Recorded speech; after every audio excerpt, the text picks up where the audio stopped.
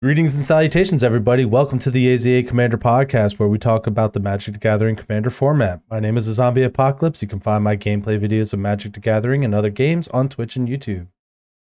Hello again, my friends and my occasional opponents. I am Jeterex, but in the old country, I am still known as Tim. I occasionally stream MTG Arena on Twitch. You can also find me playing Commander with my friend Zombie and some other randos over on his Twitch and YouTube streams. Before we get started today, we wanted to remind you the best way to support the podcast is to watch this video and others on YouTube and tune into our streams on Twitch. Links will be in the description below. So what are we talking about today? Today, we're going to give our audience that old razzle-dazzle. And of course, by that I mean we're going to give you all another deck tech featuring commanders from a more recent release, Lord of the Rings, Tales of Middle-earth. We're going to take turns describing the decks, including what drew us to the commander, our choices for synergy and support, and general power level assessment after playing the decks a bit. But before we get this party started, here is a word from one of our treasured sponsors. Hashtag not sponsored. Sometimes it is hard to find the perfect gift for that special someone. When you want to show your loved ones just how precious they are, look no further than the One Ring Jewelers. Here at the One Ring Jewelers, we pour our cruelty, our malice, and our will to dominate all life into every signature piece.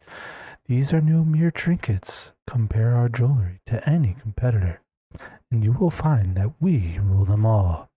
So come on down to the One Ring Jewelers today and pick up a gift that will bring your loved one's heart and in the darkness bind them.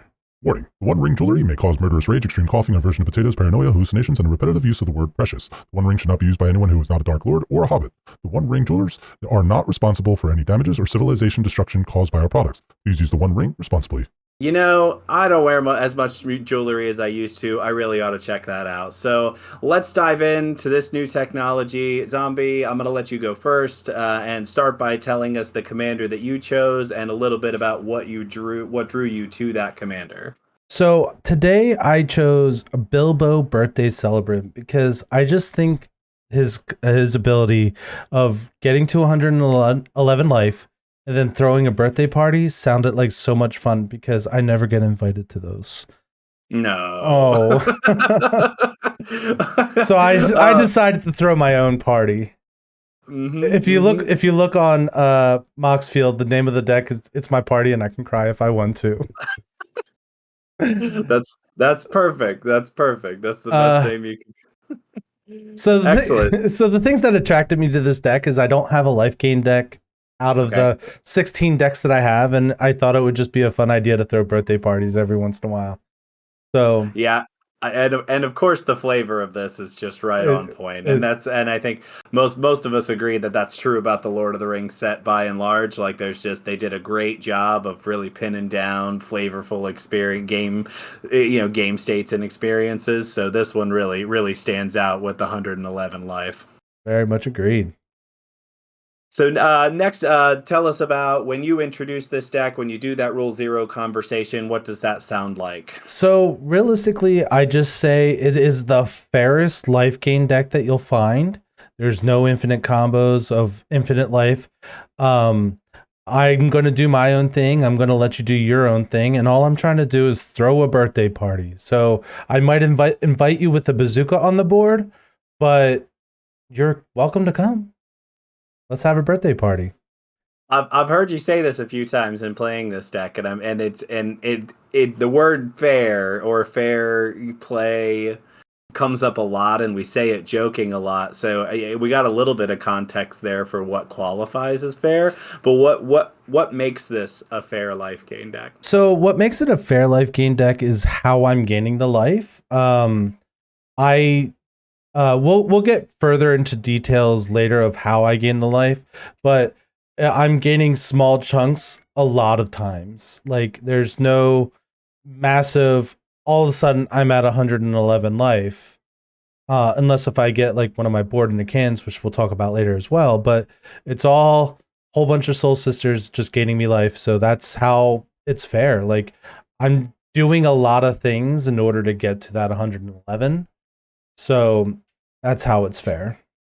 I like that. It's like the no shortcut response, right? Yeah. Like I don't have a shortcut that gets me to this particular, state. I have to go the long way around. And sometimes the long way doesn't end up being so long, but that makes a lot of sense to me. And Yep. you mentioned interaction as well, right? Like that's something that Right. kind of moves the scale of fairness. Like how interactive is it? Is it stopping people from doing other things? And it doesn't really do that. No, I mean, there's obviously interaction. There's not a lot, but sometimes you just have to say no, no, no.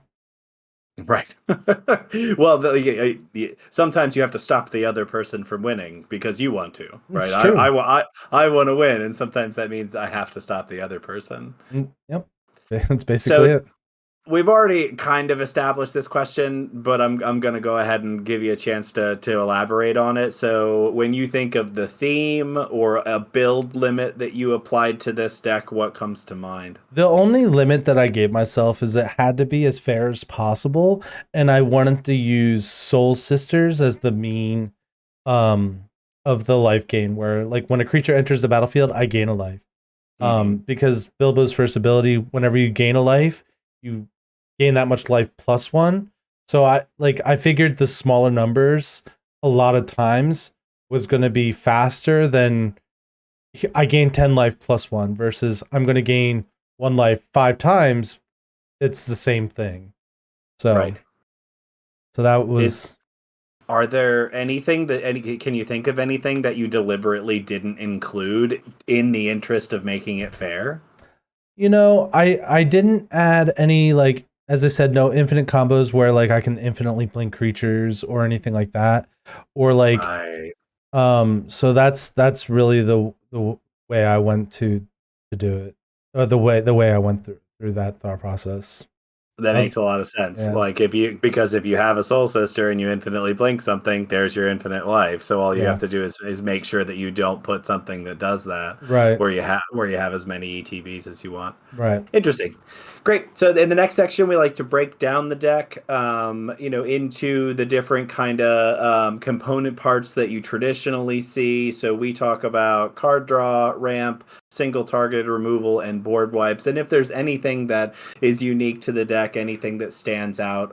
So walk us through your breakdown. All right, so my first category is card draw. I do have 11 card draws. Most of them are repeatable. I also have 11 ram spells, even though when I play it, I seem to never find them. I have 5 single targeted removal spells. Some are attached to creatures and can be reused. And then I have 4 board wipes. One extra stat that I want to mention is I have a total of 10 Soul Sisters, 8 of which are under 2 mana costs. Because Wow. yeah, so that is like one of the key opponents to the deck. So I wanted to make sure I would have hopefully at least one in my starting hand. Yeah, that's the number, right? That's the magic number. You want to have one in your starting hand. You got to have 10 or 12 copies of the card in there. Yep. Interesting. Okay, that makes a lot of sense to me, and really, it actually does surprisingly well at surviving the early game because it gains so much life. As long as you have at least one of those, and usually you have multiples, and you have your commander, it makes Yep. any creature you have gain you a couple of life early on. Oh yeah. Are there any standouts amongst those categories? Any cards that you want to like pinpoint and say, I think that this card's been done a lot of work for me in drawing cards or ramping or as a removal? So some of my card draws that I think that would be pretty good would be Sylvan Library, because like I'm just gonna take the 8. Of course you are. I'm just gonna Oh, take the 8 every time. Like mhm. there's no world where I don't. Right. So I'm just gonna draw 3 cards a turn. That's one of the card draws, like cards that are just magnificent. I'm gonna actually go ahead and say this. Prize Pig is a surprisingly good ramp spell in this deck Okay. because since like if I have a Soul Sister in my commander, if I play 2 creatures, I'm automatically untapping the pig. So like it's like instead of just getting me 1 mana a turn, Prize Pig is getting me 3, 4 mana a turn, which adds up to be a lot. Yeah. But my board wipes and and single target removal. I guess the single target removal I would want to bring up would be Noxious Gearhulk, because I'm just going to destroy one of your creatures and gain toughness. And since it's a creature entering the battlefield, I'm going to gain life on top of it. And then with the way Bilbo works, there are multiple instances of life gain, so I'm just adding one to everything. Excellent. Yeah, it's such a good include. And I think that's where you see this, like where it being the third color, like black being in the deck, really shines in, because you get a lot of really remarkably good life gain options, but you also get to blow stuff up, which is perfect. Yeah. So, and then the one main board wipe that's really good that should be in any life gain deck is Fumigate. I'm just going to destroy all creatures and gain life for each creature. Right. So, it just so fits so well with this strategy. That makes a lot of sense.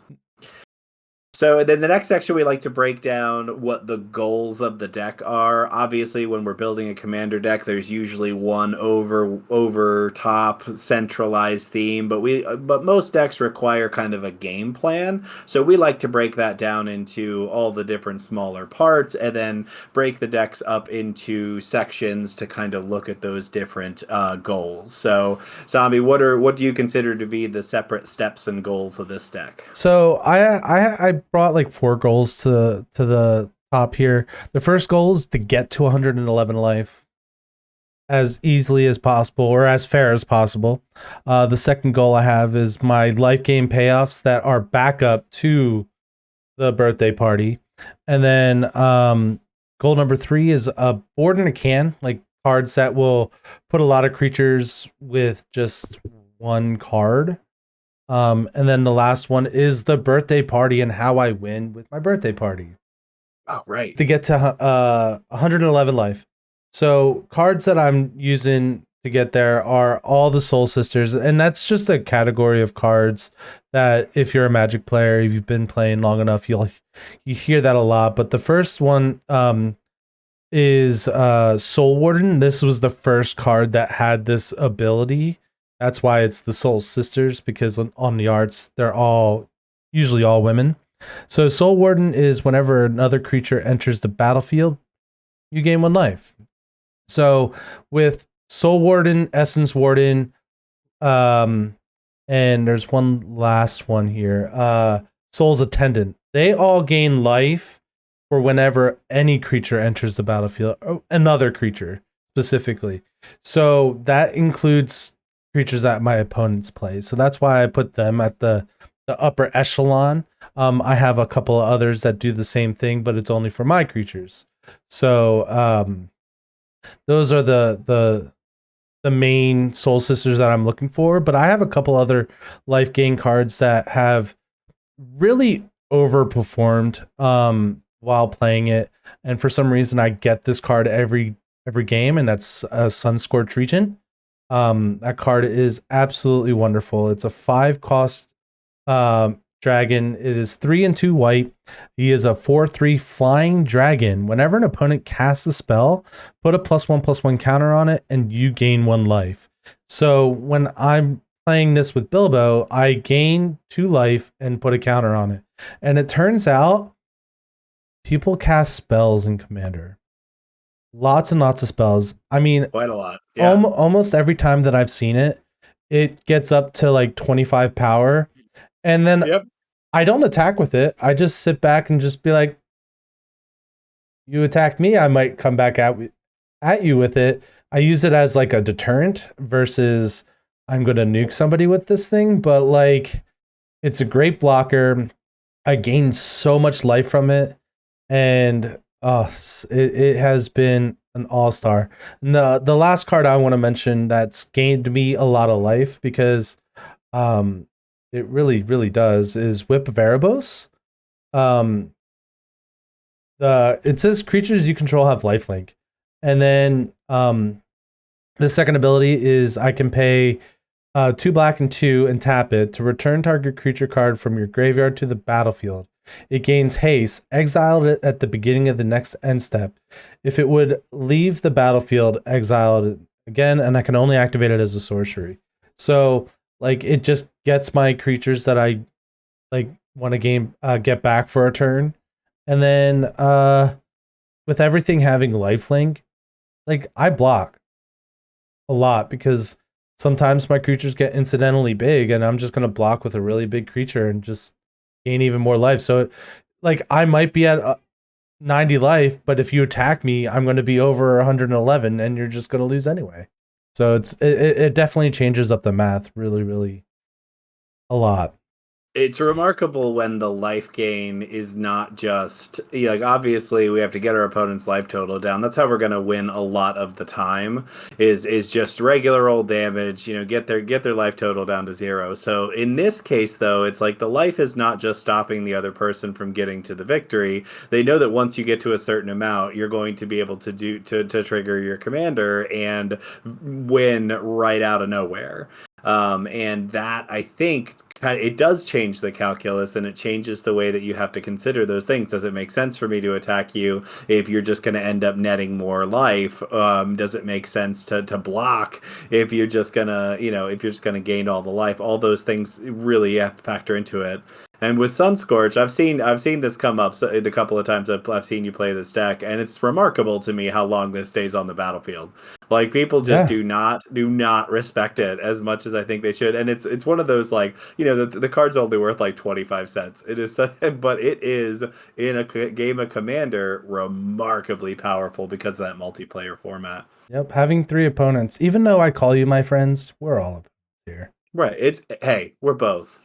So the next goal is that you mentioned is the life gain payoffs, like, but in this case, life gain payoffs that are backup plans to the main plan of the command of your commander. So the first card I'm going to bring up in this section is just a card that every time that it's hit the battlefield, it's done so much work for me. It's Celestine, the Living Saint. It's one of the 40k Warhammer cards. It is a 5 mana legendary creature, human warrior. Even though it looks like it's an angel because it has like little wings behind it, but that's neither here nor there. It's not an angel. It is not an angel. It is a human warrior. All right. 40k is weird, but it's a 3/4 flying lifelink, and it says at the beginning of your end step, return target creature card with mana value X or less from your graveyard to the battlefield, where X is the amount of life you gained this turn. Even with like Celestine, most of my stuff are in the lower mana cost range. So even if I just gained 3 life with Celestine, which would be 4 if I have Bilbo, I'm gonna go ahead and just get half my deck back. Well, not all at once, but like it gets half my deck back. But like, since I'm gaining so much life, like there's times where it's like, okay, I'm gonna get something that costs less than 20 back. Pretty simple. So it just does a lot of work. It's a lot of fun, and it's a cool new card that not many people see. A couple of other payoffs that are in this one are Bolas' Citadel. We all know it. We all hate it. But I get to look at the top card of my library at any time, and then I may cast or I may play a land card from among the top. If you cast a spell, I pay mana equal to its life total. So since I'm gaining so much life, I can cast whatever I want with impunity, because when you're at 90 life, you can just cast whatever you want. I'd be very curious to know what the total mana value of your entire deck is, to see what number you would need to get to just cast every card in your library. That is a good question. Does Moxfield have that answer? I doubt it. So like, it's definitely something we'll have to look into in the future. I mean, we could, it would take too long to do now, but I'm just very curious to know what that would look like. So there is, hold on, it tells me percentages, but it doesn't tell me total pips. That's disappointing. Yeah, unfortunately, it would take too much time to go to today. But my point being that you can make so much. I could cast my life. You can practically cast your whole library. Well, yeah. So here's the cool thing: if there's a creature on the top, which 43 of my cards are creatures, I'm gonna gain life, and since most of them are lower casting, I'm probably gonna net life casting spells. So it's kind of silly. Yeah. Another good life gain payoff. Everyone knows it. Everyone loves it. It's Aetherflux Reservoir. Yeah. Sometimes I'm sitting at 70 life and I'm just going to be like, okay, pass the turn. We'll see what happens. Don't make me mad. Now, every time I have nuked someone, I have died because of it. Yeah. But it's a win if you nuke somebody, right? Like, it depends. I think the technical answer is no, but I mean, we're only about technically right here, so you're absolutely correct. Another one that's a really fun card that I like is Crested Sunmare. He is a 5 mana horsey.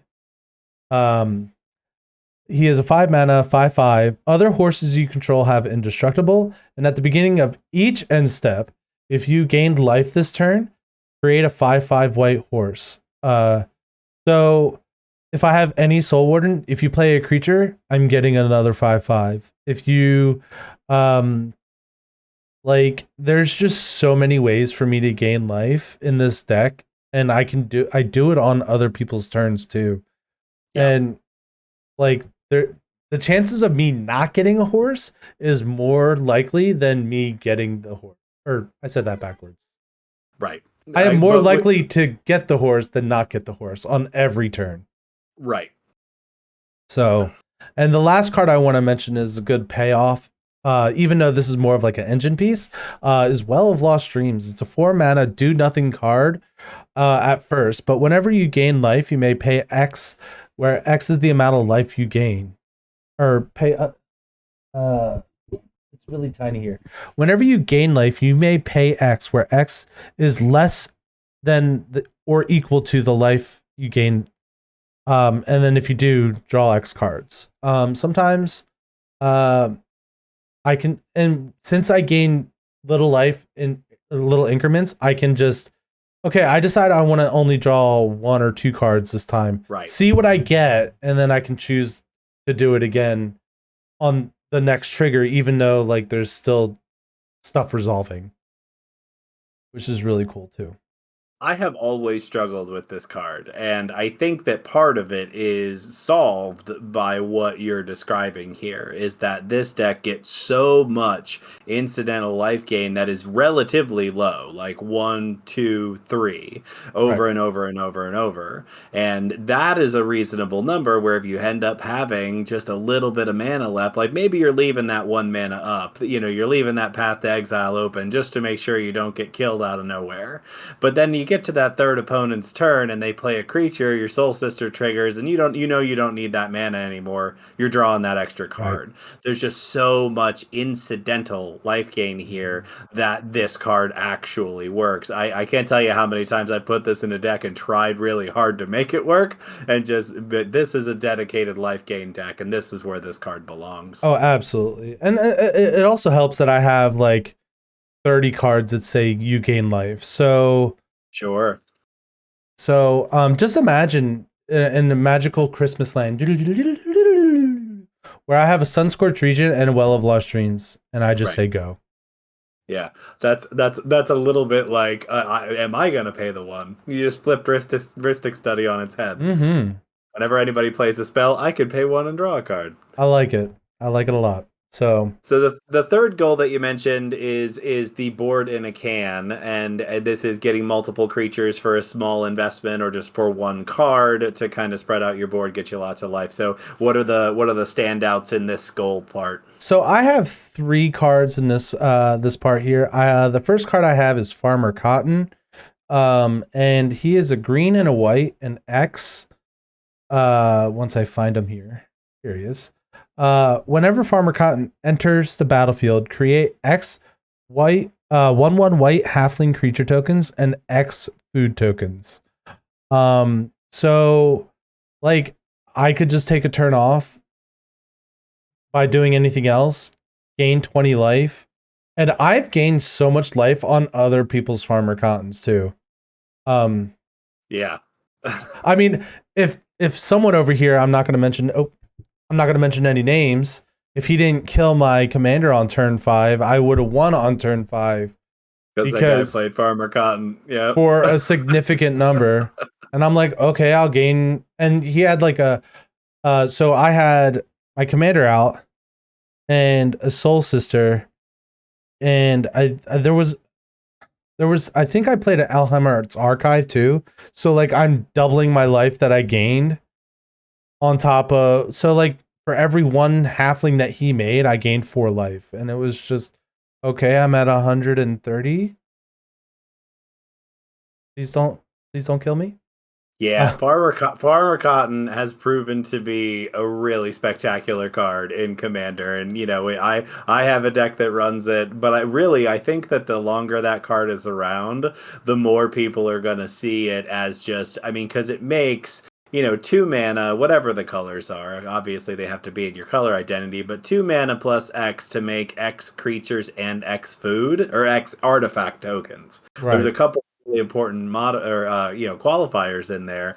It really is a great mana sink and you talk about board in a can. That's it. I mean, it does so much, and you still have those food sitting around for later if you need to gain more life later on. It's terrific. Even with like prize pig out, like, and a soul sister, since all my life gain is separate, I gained like so much life, and I can just tap the prize pig, and then like even if I put like 10 mana into it, I still have 3 or 4 mana floating from all the life that I gained with prize pig. So the second card, we all know him, we all love him, is Avenger of Zendikar. I'm just gonna make all the plant tokens and gain all the life from its butt. I really don't care about giving the plant tokens +1/+1 counters. Honestly, I really don't even care that the plant tokens exist, except for the fact that I'm gaining life for each creature, so I might as well gain 7 minimally. You know what I mean? So, and then the last one is a trickier one that doesn't seem as good up front, but like there's just a couple other cards that make it better, and that's Gave, Guru of Spores. So he is a 5 mana legendary creature, fungus shaman, and then he enters the battlefield with 5 +1/+1 counters on it, and then I can pay 1 and remove a counter to create a 1/1 sapperling, or I can pay 1, sacrifice a creature to put a +1/+1 counter on target creature. So for on just a vanilla board with a Soul Sister, for 2 mana I can gain 1 life, or I can also, if I happen to have Archangel Athun out on the battlefield, I pay 1 life, put +1/+1 counter on all my creatures, and then for every 1 mana I'm gaining a life, and my creatures just get obnoxiously large. That does go really great with Archangel, doesn't it? Wow. Yeah, very good, yeah. Yeah. So those are the boards in a can that I have. Yeah, that last one's amazing. I mean, I know that it's a card that you and I have talked about a number of times in like trying to find the place to fit it and trying to make it work, and it always seems like it's going to be really nutty, but often ends up being disappointing. Here we have another example of maybe this is it. Maybe this is the perfect place for that, because I could think of a couple other things that make this feel really good. Like this with Celestine seems very good to me. Yep. Like sacrifice all, like if you have the 5 mana available, pay remove 5, all the counters. It dies 5 green at my end step. I get it back. Yep. Yeah, seems pretty great. Okay, and then the final goal obviously is winning with the birthday party. What can we expect to experience at Bilbo's birthday party? So at Bilbo's birthday party, we're going to have a lot of things that will, whenever I gain life, they'll lose life. For instance, the big culprit here is Vito, Thorn of the Duskgrows. Whenever I gain life, target opponent loses that much life. Yep. Another one is Dina. Whenever I gain life, is it each, or whenever I gain life, each opponent loses 1 life. And since the way my life gain is, it's multiple instances, so that will happen a lot. Viscopa Guildmage is another one of those where it's like whenever I gain life, each opponent loses that much life. So like if I just have 8 mana, I pay 5, all my creatures enter the battlefield, I have a whole bunch of life gain triggers on the stack, pay 3 life. Everyone's going to lose as much life as I'm going to gain. And then another one is another good card is Gray Merchant of Asphodel. When it enters the battlefield, I'll gain life equal to the devotion to black, which isn't a large number, to be honest. But it's going to be plenty enough on top of everything else. And then the last card I wanted to mention, if I do it on the person before my end steps turn, Feldar Sovereign is just going to, the beginning of my upkeep, if I'm at more than 40, I'll win the game. So those are the cards that will win me the game.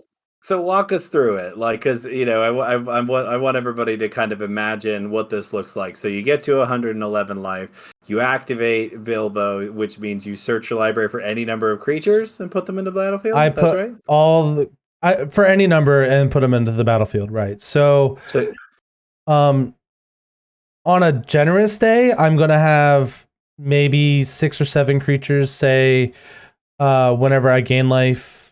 Or whenever a creature enters the battlefield, gain a life or gain their toughness or other means like that. So for each creature that enters the battlefield, and I have 43 creatures in the deck, so on a generous day, I'm going to say I'll get at least 20 creatures, right? So 20 creatures entering the battlefield, each of them are all going to gain me 8 different instances of different amounts of life gain. Yeah. So the amount of life that I'm just going to gain alone is going to be an obscene number. I haven't done the math, but I mean that on its face right there, 20 creatures, even if it's just one life, 8 times for each creature, 20 times 8 is 160. So, and that's not accurate. That's nowhere close to accurate because there's multipliers and there's things that make the mana. It's probably easily double that, maybe even triple. So yeah, unless you are sitting on Teferi's protection, everybody else is dead at that point. Right. Wow. Yeah.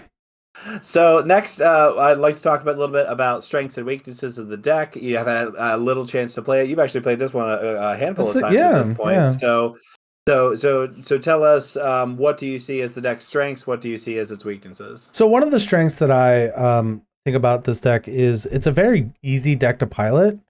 Like, there's one singular goal that I'm trying to get to.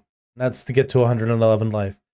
Sometimes the math makes it a little bit complicated to like, okay, what's going to give me the most life? But realistically speaking, I don't have to do the best line to do it because of how many instances I'm going to gain life anyway. And the second strength of this deck is it gains a lot of life. Like, there's been times where like I'm playing this deck, I'm at 70 life, I get hit for 40, I go back up to 70 the next turn, and it's just like that last turn meant nothing to everybody else. And it's such a large amount of life gain, and it makes things a little bit easier where it's like, oh, you're attacking me for 20, I'll just take it. Right. I don't have to worry about losing my creatures. I'll just take it. That's a very easy thing to say with this deck is I'll just take it. So the weaknesses that I do have are flying is an issue.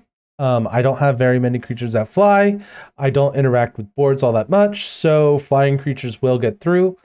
What makes it worse is if it is a flying commander.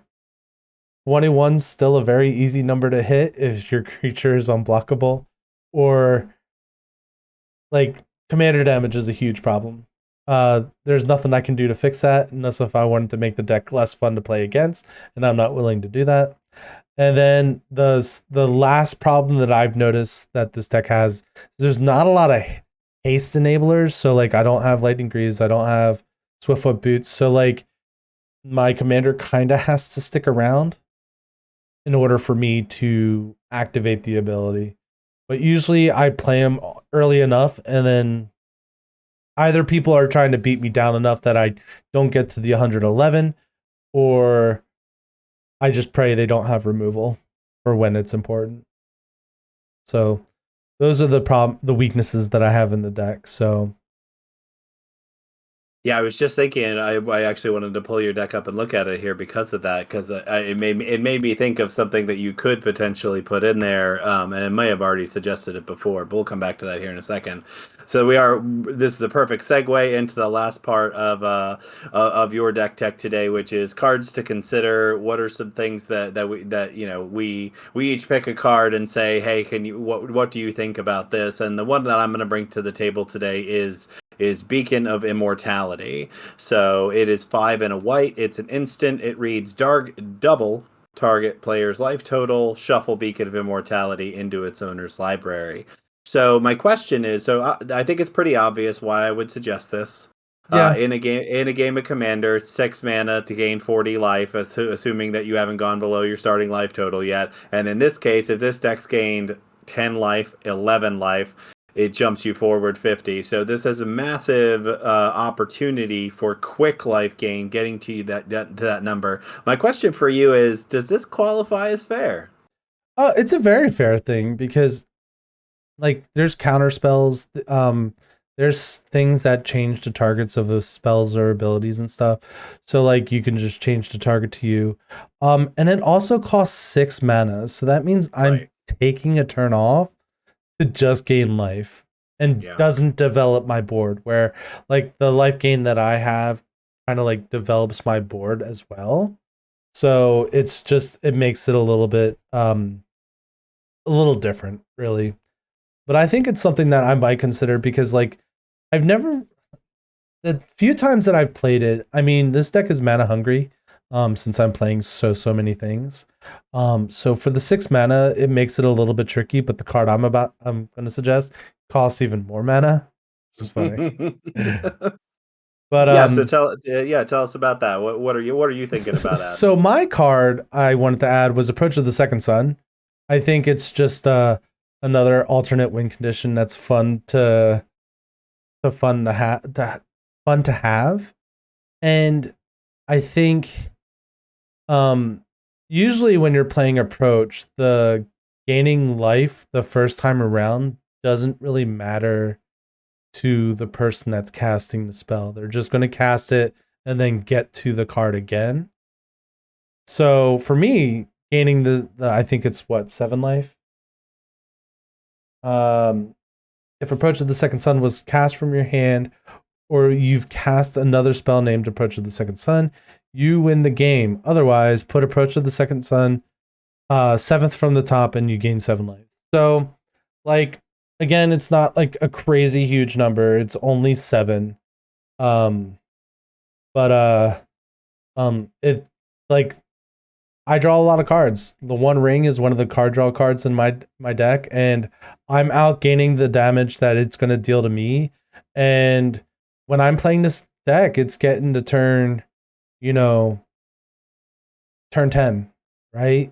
And if I cast the One Ring on even like turn 5, like I'm going to be drawing like 12, 13 cards with it or whatever, however the math works out. So like I could, in theory, be deep enough into the One Ring where I cast Approach, draw those cards, and then cast Approach again. Yeah, I think having a backup win condition, there's just a lot of benefit to that. I can see a lot of upside there. I really appreciate your like commitment to the bit. You do this with a lot of decks where you just lean right into it. Yeah. You go all in. So having something, that's why Aether Flux Reservoir is in there. It's why these other backup win conditions are in there, is because yes, you're going to do everything in your power to win the way that you're going to win. But when your back's against the wall and it's either I take this person out or I lose, I want to have other ways to do that. And that's definitely in there. And it fits the theme because of the life gain. And man, what a good idea to combo that with the One Ring. Mm-hmm. You got that thing up to enough burden counters. You can maybe cast it twice in one turn, which is amazing. I mean, it's very mana intensive. We're talking 14 mana just to win the game. But I've spent more to do the same thing. So Right. Amazing. All right, Tim. I think we've talked enough about Bilbo Birthday Celebrant. So let's go ahead and start getting to your deck. What commander are you bringing for us today, and what attracted you to this commander? So my deck is called Tom Bombadil Talks Too Much, and so you can guess who the commander is. It is old Tom Bombadil, who is every color, 5-color commander, Wooburg, for a 4/4 God Bard. As long as there are 4 or more lore counters among sagas you control, Tom Bombadil has hexproof and indestructible. And whenever the final chapter ability of a saga you control resolves, reveal cards from the top of your library until you reveal a saga card. Put that card onto the battlefield and the rest onto the bottom of your library in a random order. This ability triggers only once each turn, which is super relevant and easy to forget. When I first started playing the game, this caught me up. So very important to remember, you don't get multiple sagas if you have multiple sagas die at the same time or resolve at the same time. So Tom Bombadil, I was looking for a 5-color commander, actually, because I have made it my business to build all 10 of the 2-color combinations, and once I got that done, I was looking for opportunities to try something different, then that wouldn't lock me into building 10 new decks. So a little while ago, I built a colorless deck, and then I thought to myself, "What's the opposite of that?" And Tom Bombadil's your uncle. Here he is. He's a 5-color commander, so that was the big part. But the other part is, I actually think that this is a really unique deck building challenge because sagas are not particularly powerful. At least I don't think so. Not in a multiplayer format. Now that's changed a lot lately. A lot of the secondary product that has come out has really improved the quality of sagas, and so for that reason, and you'll see this in the deck build, like there's a lot of overlapping stories here, and that's what I really like about it. That's become what I really like about it. But when I first set out, it was 5-color. I was very interested in that saga interaction and how to build a deck that was able to exploit that. Wonderful. So I mean, I just love the fact that you now you're done your next goal. So yeah, you're gonna change a couple of your 2-color decks, but you got the 0-color, you got the 2 colors, and then now you got your 5-color. What's next? What's next? So are you gonna do monocolored because then you're only setting yourself up for 5? Or 5 more. Or yeah. are you gonna do the wedges or 4-color? Ooh. I mean, again, that's only five decks, but the mana base gets a little pricey. Yeah, sure does. I'm gonna say no comment on that. No comment. Well, chat. I'm so used to talking to chat. YouTube comments, everyone, you need to tell him what his next goal will be. Yeah, tell me what I'm gonna do next. Now that I have 12 commander decks, tell me what I'm gonna convince myself to build more. Me. All right. So, what is your Rule 0 intro for this deck? Like, how do you introduce your deck to other people? So we obviously did a whole episode on this. When it comes to Rule 0, lately I have been leaning a lot into what I consider to be the influencers of power in a deck, which is fast mana, number of tutors, how much interaction it has, and how fast the deck is overall. Like, I consider those to be the relevant parts of the conversation. So this deck has what I would consider to be fast mana, which is zero casting cost spells that move you forward quickly. None of those. It does have tutors in it, but I specifically looked for tutors that were sagas, and there are a couple at this point. There's 3. There might even be more than that. But there is some searching that goes on in the deck, but it's searching for lands.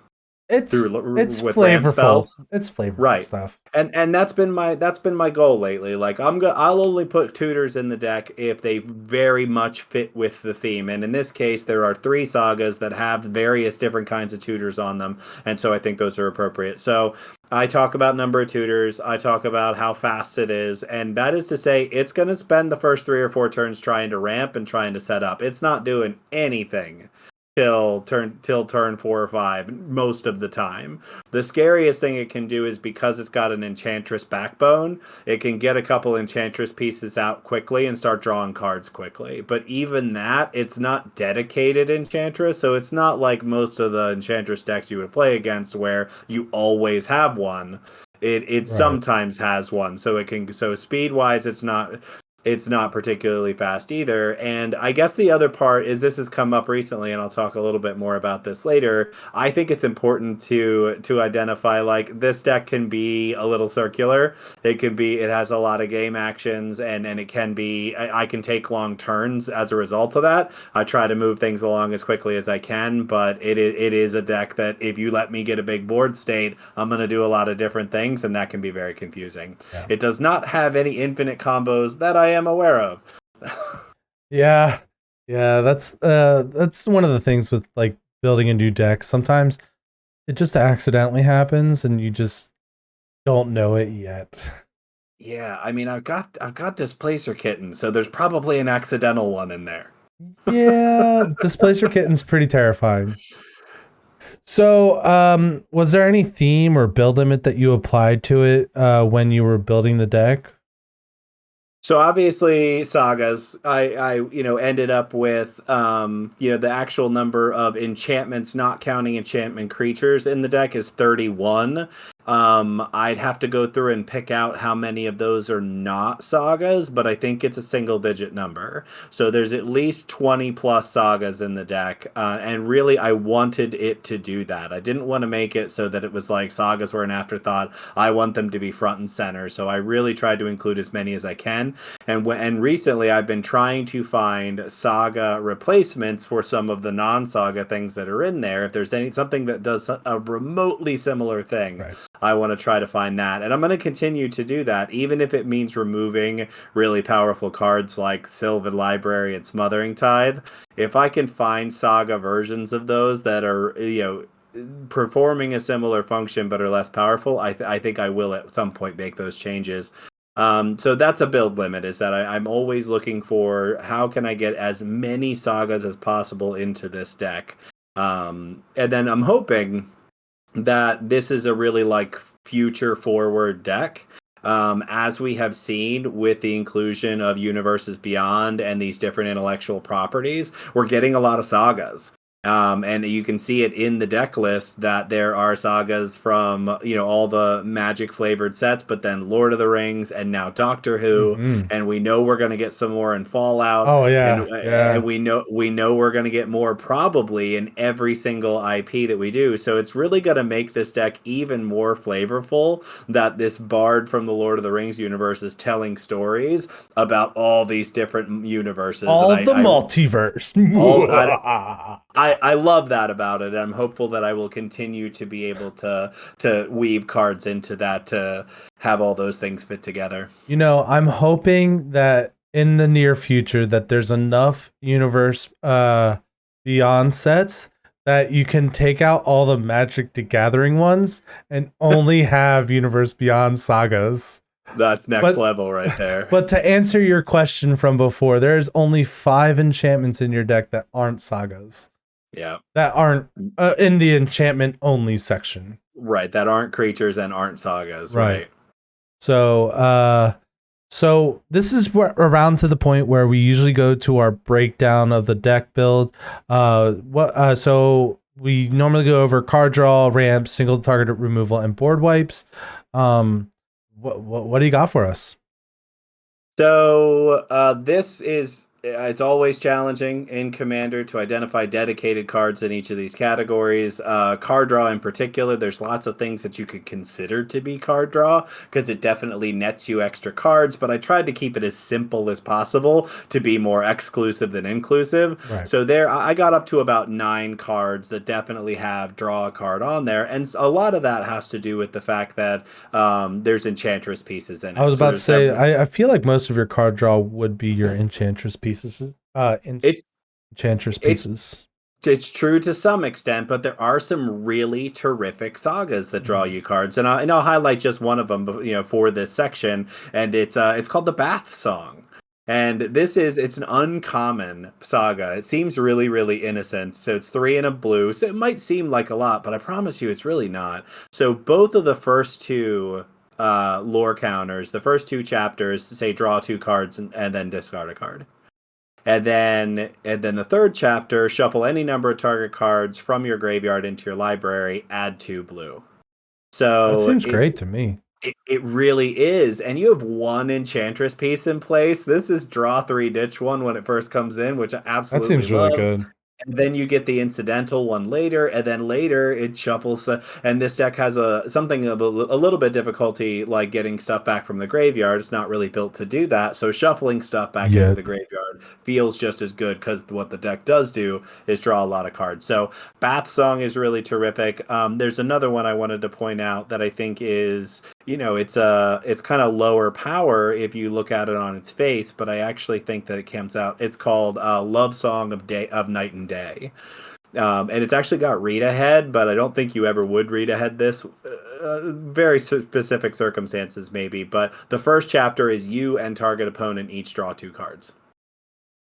So in Commander, you can kind of pick and be friendly with somebody and allow them to kind of get those extra cards while you're also doing it as well.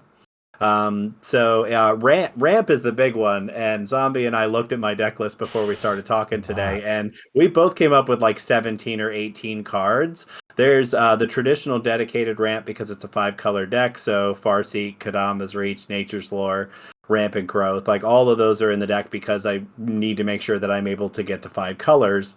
Arcane Signet, Chromatic Lantern, Soul Ring as far as mana rocks go, just to smooth out the mana base. But there are a whole bunch of sagas that incidentally ramp, and that is what gets you up to that really, really high number. And I won't go over too many of them, but the ones that really stand out, there is an actual ramp saga, the Weatherseed Treaty. The first chapter is search for a basic and put it onto the battlefield tapped.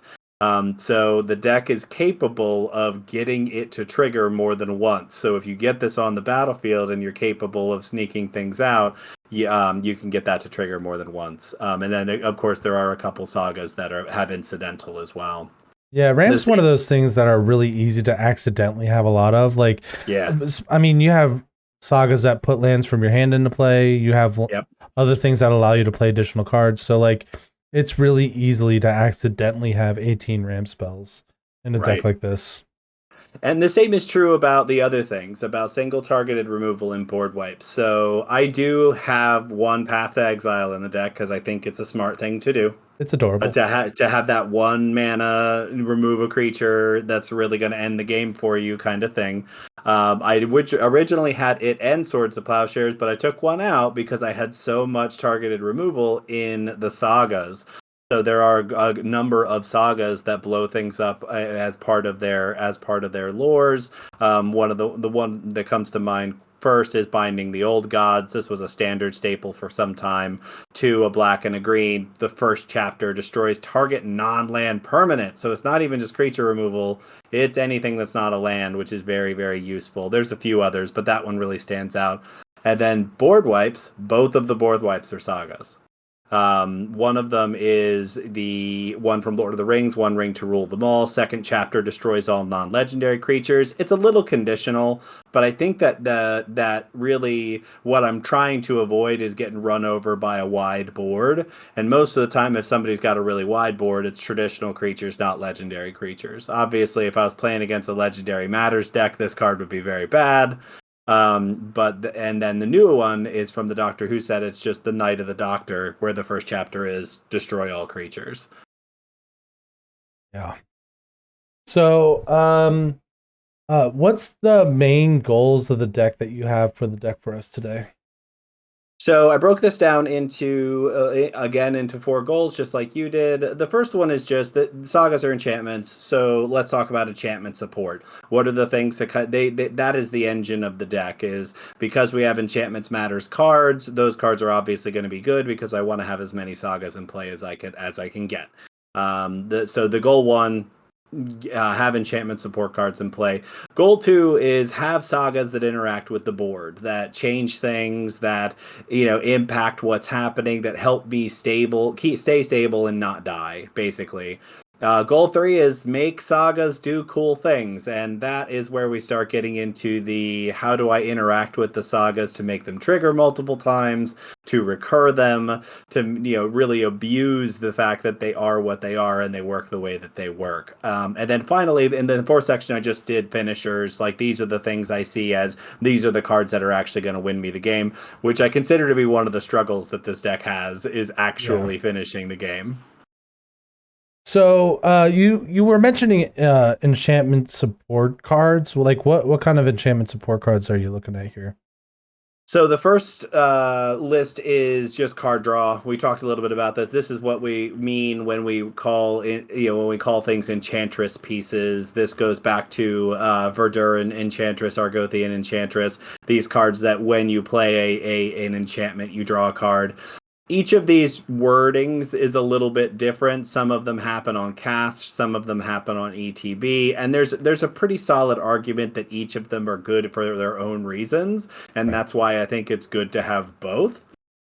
Because I really do think it's beneficial. So I have 4 of those total, 2 that trigger on cast and 2 that trigger on ETB. There's more that I could have included, but I actually didn't want to put too many of these because you can really get up to, I think, 6 or 7. Yeah. But really, I just did 4 just to try to make it so that it wasn't overwhelmingly there. Eidolon of Blossoms comes to mind. And I actually think Eidolon of Blossoms and Sithis are probably the best for a couple of reasons. Sithis, because I can search for it as a legendary creature with War of the Last Alliance. Eidolon, because it's a non-legendary creature and I can make copies of it. And when you get more than one in play, dumb things happen. So that's really important. As far as for other enchantment support, Jukai Naturalist from Kamigawa Neon Dynasty, it reduces the cost of enchantments by 1. So this is the best ramp spell in the deck. If I get this, most of my hand costs 1 less, which is like a 2 or 3 or 4 mana reduction. Herald of Pantheon does the same thing too. That's right. Similar, it is also in the deck, and you are right. Like the 2 of those, I actually didn't include those in I don't think I included both. Maybe I did. Oh, I did. Man. Yeah, that number is so ridiculous. Yeah. Sanctum Weaver is another ramp piece. This is 1 and a green. Such a good one. It really is. It's just 1 and a green. It's a creature. It's an enchantment creature, so it does the good work of triggering when enchantments and drawing cards. It does the Tom Bombadil's good work.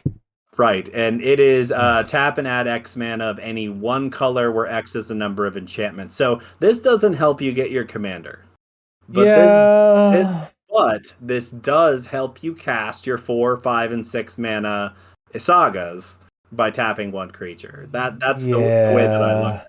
I mean, considering you have, I think, a total of 39 enchantments total, I think I counted your enchantment creatures right. So, like, even on a normal day, that thing's tapping for like 5 or 6 mana. Right. Easily. Obviously good in almost any enchantment deck. So, pretty easy to include here. And then finally, as far as enchantment support goes, the one I wanted to point out was Onyxia, Hand of Erebos. And this was in Precon, Commander Masters, Sagas Matter, Abzan Precon. And it was one of the face commanders, and I actually have both of them in the deck. This one I see as one of the best ways to reanimate to get my sagas back. Now it brings them back as creatures, but I gotta tell you, if you're getting a second use out of them, you're already ahead. Yeah, I think so. I actually don't care at all that they're creatures when they come back. So it does it on enters the battlefield, and it does it again on attack. You can exile a saga, an enchantment from your graveyard, make a 3/3 black zombie creature version of it. So it's just a great way to reanimate the things that have already expired, already gotten to the 3rd phase and sacrificed. Yeah, I like a lot of the cards that you picked out for this section. I think personally that enters the battlefield is a little bit better for your situation, because you got the displacer kit and you got other ways to blink your sagas. When you flip something over with Tom Bombadil, like that also will cause it to trigger and draw a card. So I think those are really good ways for you. I mean, you can also just accidentally draw too much and then you start discarding, and that's also honestly I didn't really think about that, but is too many cards a bad thing? Like, I mean, not when you have a Nixia on board or in hand, no, because definitely not. Definitely you're not. pitching the most expensive thing that's on there, then reanimating it with her. So, and again, you're right. The ETB means I get one when I cast it, which makes it better than Starfield and Nyx, where you have to wait all the way till your next upkeep to get your first reanimate. This one does it right then. Yeah. So the next section you have is interactive sagas. I have experience with some of these, and it is quite painful. But why don't you go ahead and tell us what you got here? So we already talked about the old binding of the old gods. This one destroys a non-land permanent. It costs 4, and I think, for commander, a 4-mana spell that blows up anything that's not a land is pretty solid. My first build of this deck actually had Assassin's Trophy, and I found that I didn't need it. That I had sagas that dealt with the things that I needed to deal with so much that I ended up cutting it. And again, that was partially because I wanted a critical mass of sagas. I wanted to have so many that I was always going to be casting one. So Binding of the Old God, it actually fits into several categories. So the first chapter destroys target non-land permanent and opponent controls. The second chapter searches your library for a Farest card, puts it into the battlefield tap. I'm playing with 7 triomes, and so 4 of them have Forest in the type, I think. So it gets 3 different colors of mana on that second phase. So it is an all-star in this deck. The second choice I made is the Kami War. Anybody who played during Neon Dynasty is familiar with this card. This is one of the sagas where when it gets to the 3rd chapter, it actually exiles and returns to the battlefield flipped as a creature. This still, everyone should know, this still does trigger Tom Bombadil. It also triggers Narcy when we talk about her as a win condition. So it still triggers those things. It just comes back as a creature, which is actually really amazing, really bananas in a lot of ways. So the Kami War is 1 in Wooburg, 6 mana total, and it deals with the board. First chapter, exile target non-land permanent and opponent's controls. So exile, gone forever, mostly, unless it's a commander. And then the second chapter is return up to 1 other target non-land permanent to its owner's hand. Then each opponent discards a card. So you're getting a pretty solid 3-for-1 out of this card most of the time. And then when it flips, it's a 6/6 that does some really, really fun things. So it's a 6/6 flying trample. When it attacks, defending player chooses a non-land card in your graveyard. You can return it to your hand. This gets +X/+O, where X is the mana value of that card. So I haven't really gotten it to transform and use the back of it yet, but I haven't played the deck that many times. This card, definitely an all-star.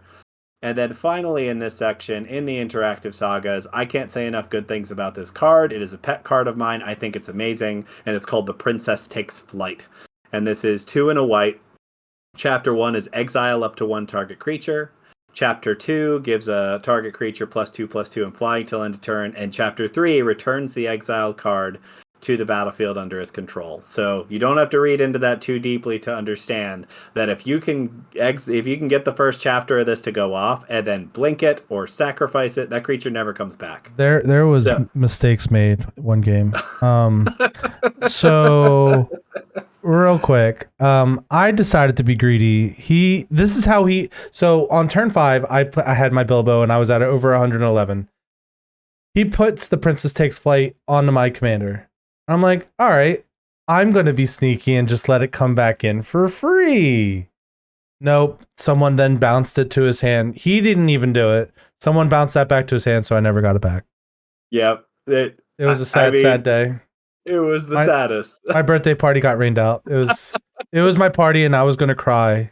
But the princess came in and swooped you away on a Pegasus or something. I don't know. I don't know how the flavor works there, but yeah, I can't say enough good things about this card. Like, I really think that there's several ways in the deck that I put in there deliberately to abuse this card, and I will hang on to it. And here's the really great part is that you can just use it as a temporary Oblivion Ring type effect to actually get something off the board for a couple of turns if you want to. And if it's a commander, you should make the smart decision and actually just put it in your command zone.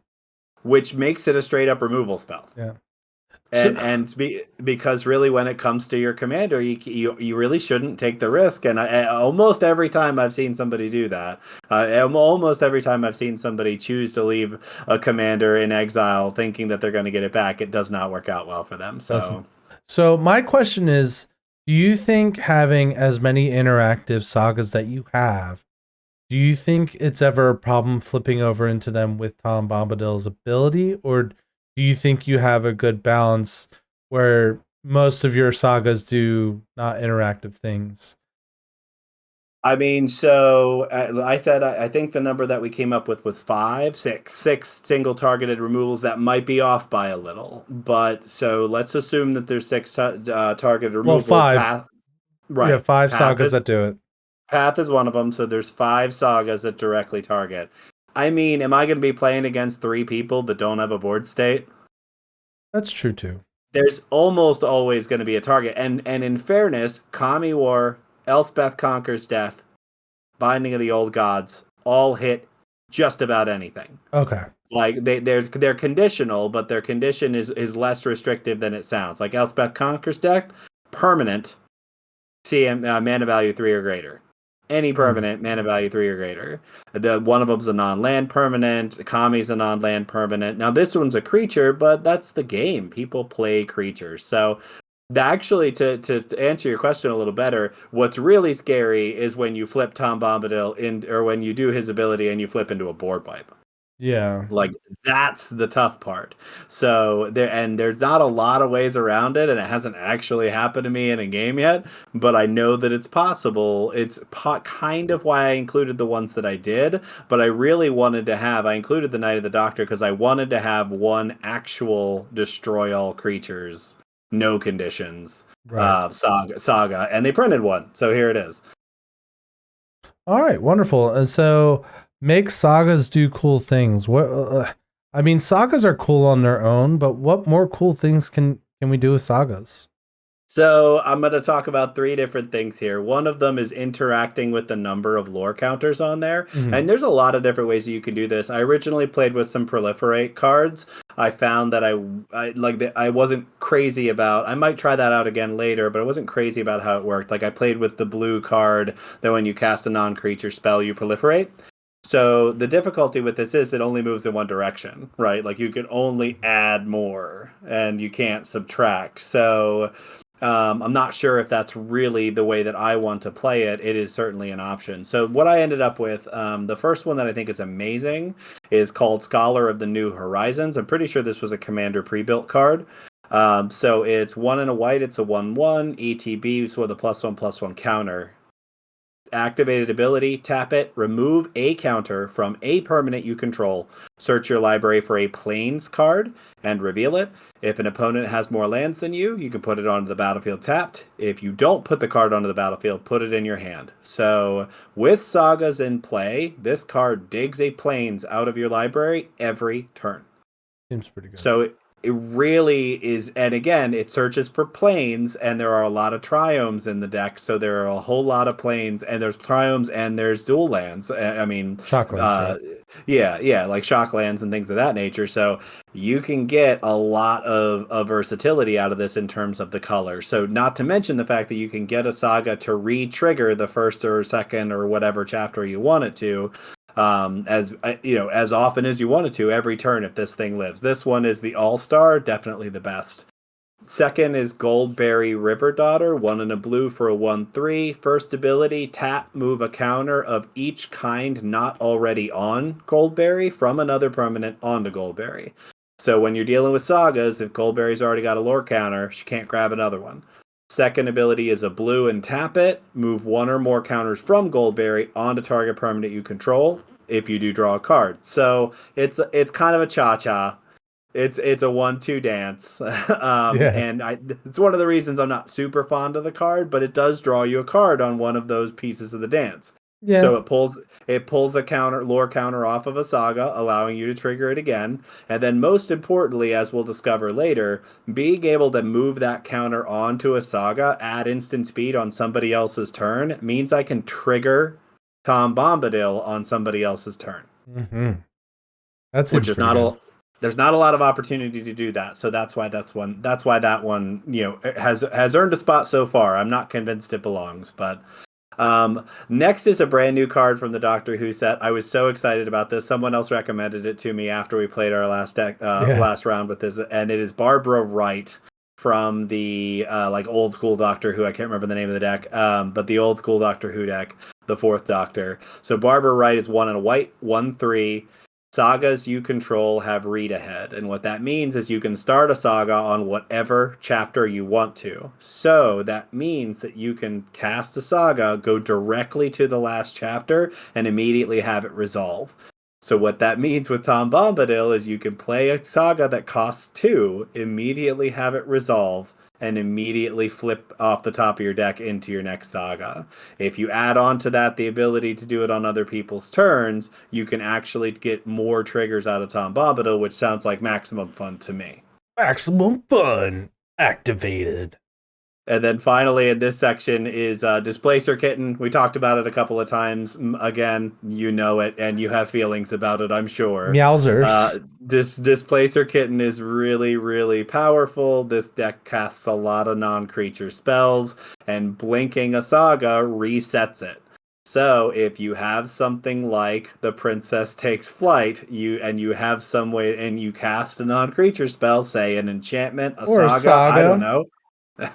You can blink the Princess Takes Flight over and over and exile creatures. So Displacer Kitten is pretty brutal. I wanted to put a couple of blink effects in the deck, so I also have Brago in there. I also have Aminato in there. I think that they're all decent.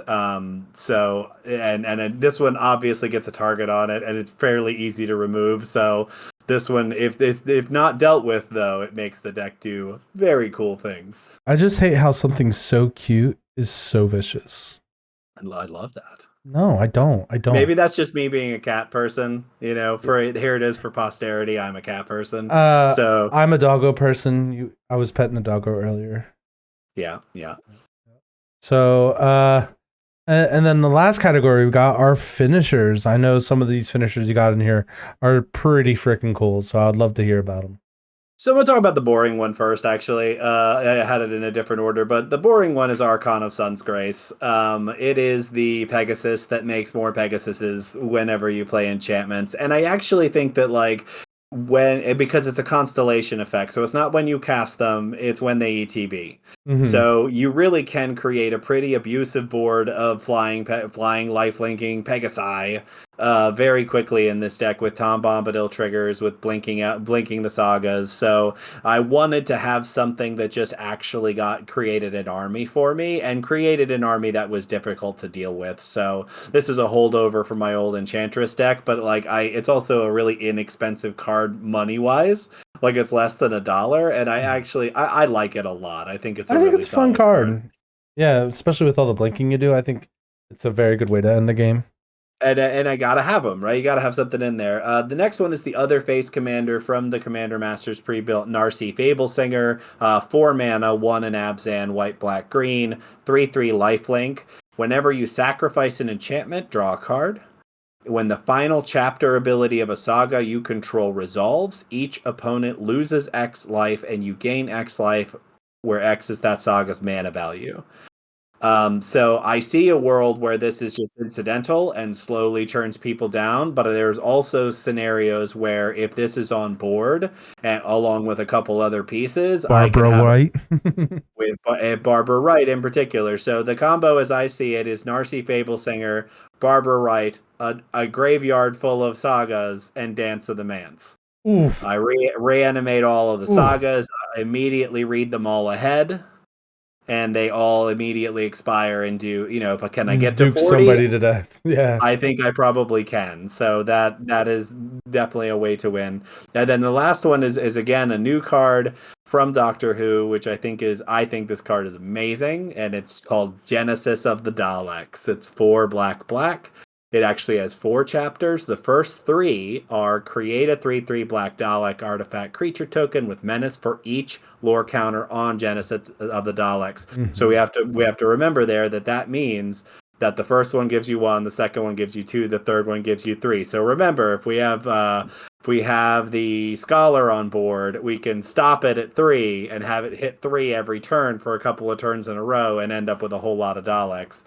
And then the final chapter is target opponent faces a villainous choice, destroy all Dalek creatures, and each opponent loses life to the total power, or destroy all non-Daleks. There's no win there. There's no good choice. I think that's something they did really, really well with the villainous choice, where it's like there's no like expropriate. The right answer is you give them your stuff. Yeah.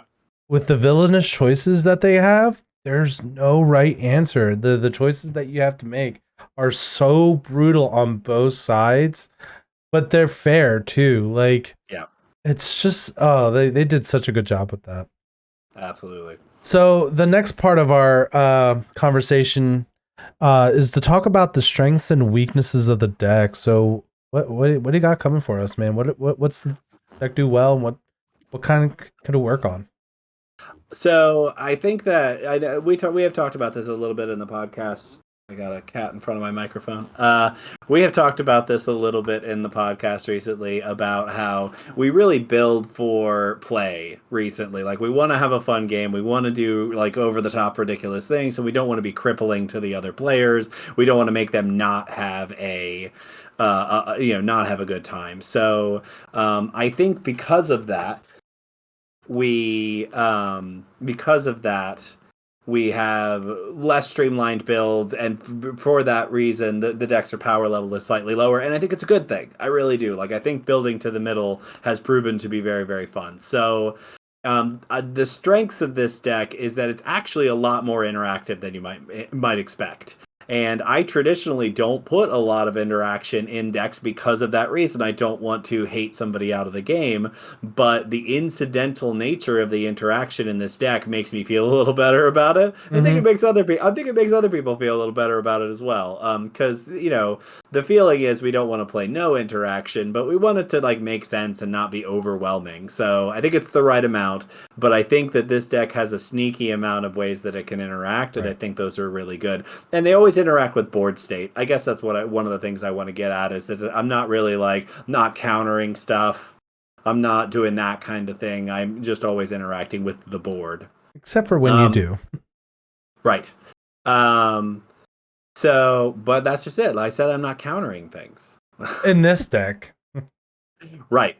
Another strength is that it is capable of drawing an abusive amount of cards, and I think that most people would agree that that is a way to make your deck resilient, and that is a way to make sure that you don't just get buried by other decks. Is to make sure that you're able to look at quite a lot of cards, so that you're able to make at least some decisions. So, for that reason, I think because it draws a lot of cards, it's capable of rebuilding in a scenario where things get kind of wiped out. As far as weaknesses, this is kind of the other side of that coin, which is obviously as an enchantment deck, it's very weak to mass enchantment removal, and I'm not playing any counter spells. So when they print a counter spell that is a saga and has flash, I will put a counter spell in the deck, which they will at some point. They just haven't yet. So when they do, it'll go in the deck. But it's very weak to mass enchantment removal, and I do have one mass reanimate spell. But if I'm playing against a deck that's very controlling, that's probably never going to work. The deck's really slow to get started, very, very slow to get started. So if there are other decks that are like getting their engine running a little bit more quickly, I foresee games where I'm going to do very, very little early on, and that's just I'm gonna do nothing, and the game's gonna end very quickly. Right. It's also really mana hungry in every way imaginable. It's 5-color deck. A lot of the stuff is really expensive, and so casting multiple spells requires that I get a lot of lands on board, that I get a lot of mana on board, and of various different colors. That's why Dryad of Elysian Grove and Chromatic Lantern are so important in this deck, is because, as you pointed out before, it means I don't have to think anymore. All I have to know is I need 4 mana for this card. I don't need to think about the colors. Yeah.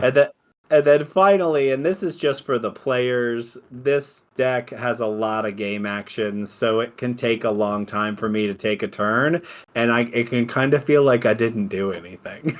Like I just kind of like spin wheels a little bit, and I have a tendency to build decks that do that. My hope is that this one, being as kind of goofy it is, and having it be this like storytelling, all these different worlds, trying to imagine them mashed together in this ridiculousness, like Who Framed Roger Rabbit or something, like all these conflicting incorrect worlds all smashed together. I'm hoping that takes a little bit of that sting out, but I can take pretty long terms. The last game we played was like 2.5 hours, and I think I owned at least some of that. I was about to say, I think that's the only problem that I could see running into this deck, where it's just like the games that you're going to be playing are going to take a while.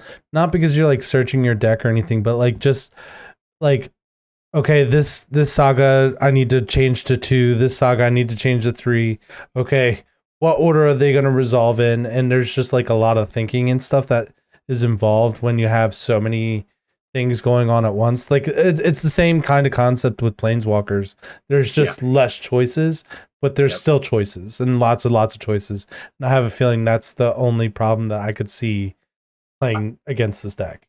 I have to do a lot of reading too, because people don't play with these cards, and I want people to know what they're up against. And I'm not trying to be sneaky. I'm trying to be the opposite of that. And sometimes that means I have to talk a lot more than I would want to. So you said yours was like on the easier side to pilot. That's definitely a downside for this one. It is the opposite. It's not easy to pilot. There's lots of choice, and again, you pointed it out. Lots of game actions, whether they're actual choices or not always the case, but well, with Enchantress drawing spells, like you're gonna I drew 3 cards since the last time I really looked at my hand, so now let's look at my hand again and see if there's a better line than what I'm doing 5 minutes ago. True.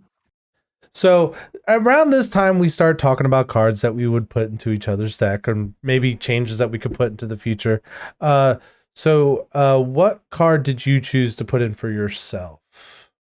So I got this card for this deck, and I haven't actually put it in yet because I'm not sure that it's going to do what I want it to do. And it's Gen Arcanum Weaver, and it is from Commander Legends, I think. It was from a precon, I think. Oh no, it was Commander Legends, I think. I think it was from a set. So anyway, it's Mardu, red, white, black. That's its casting cost. It's a 2/3 legendary creature, human wizard. You can pay Mardu, red, white, black, tap it, sacrifice an enchantment, return target enchantment card from your graveyard to the battlefield. So obviously the goal here is to trade a cheap, inconsequential saga that's in play for one that is in the graveyard, and get that one back. So I'm not sure if this is the right way to do that.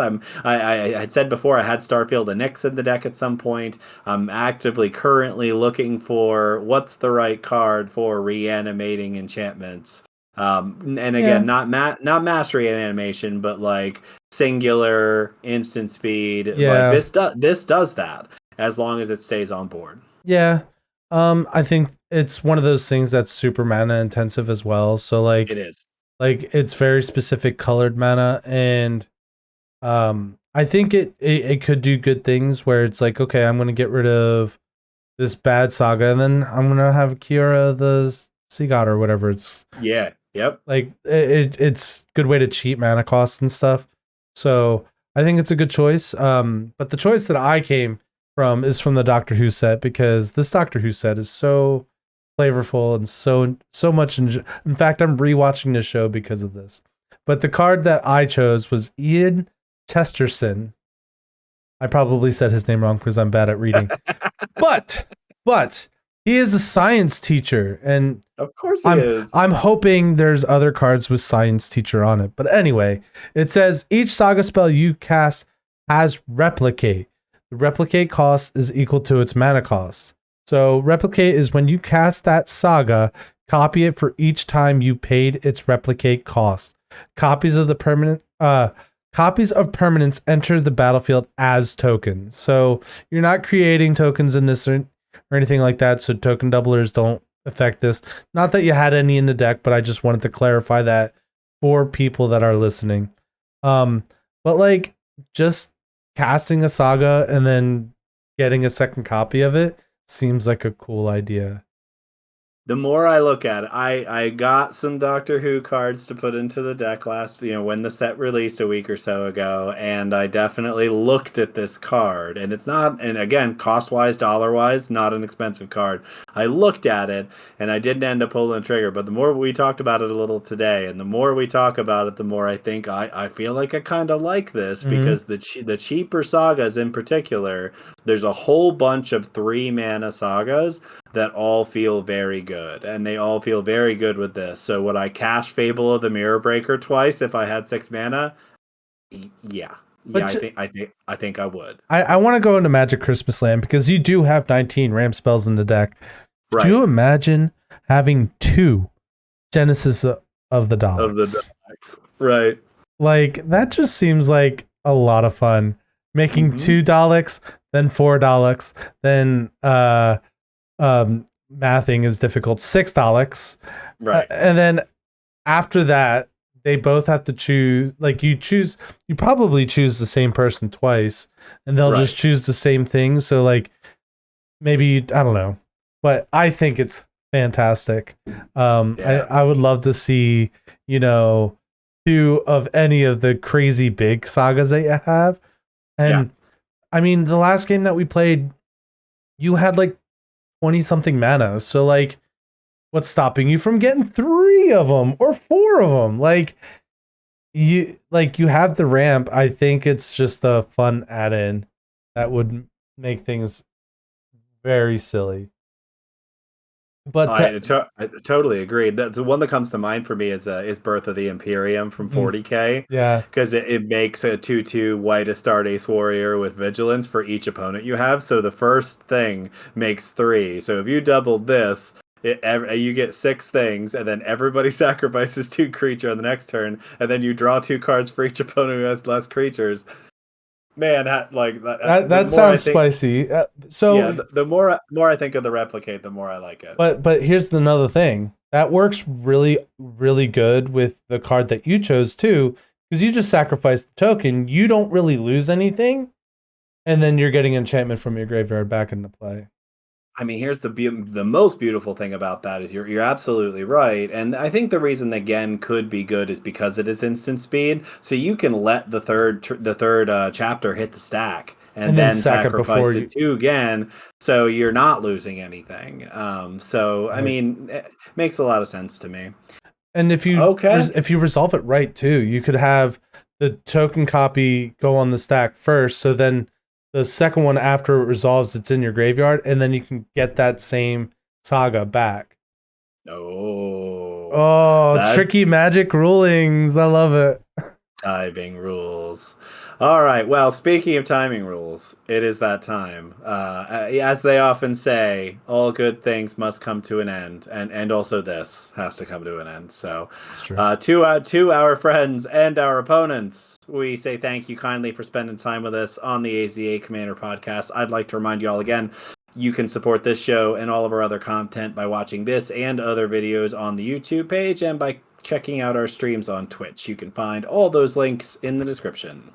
So before we scoop things up, we wanted to hear from the Zombie Horde about your newest builds. But other things I wanted to add is, what cards should we add into our decks? And would you like to see these decks in action? You can just look for us on spelltable. So anyway, are there any other commanders from the Lord of the Rings sets that sound out for you guys? Tell us what you have been building lately, and let us know if you have suggestions for the decks we discussed today. As always, thank you for playing along with us, and have a wonderful day. Bye.